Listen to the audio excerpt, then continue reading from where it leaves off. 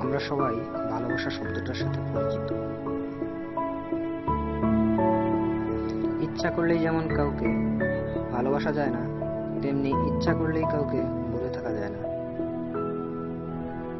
ভালোবাসাটা আজ দুই ভাগে বিভক্ত, একটা মনের, অন্যটা দেহের। বর্তমানে দেহের ভালোবাসাটাই মুখ্য, আর মনের ভালোবাসাটা আজ ফ্যাকাশে, সম্পূর্ণ মূল্যহীন।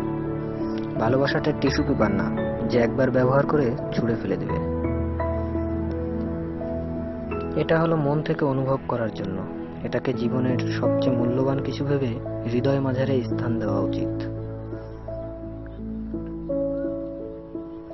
ভালোবাসাটা সবার জন্য সমানভাবে প্রযোজ্য নয়।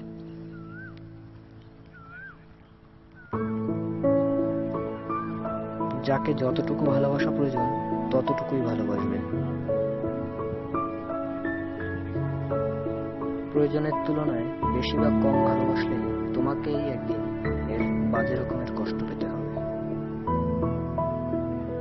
বর্তমানে ভালোবাসাটা মূল্যহীন হয়ে যাচ্ছে।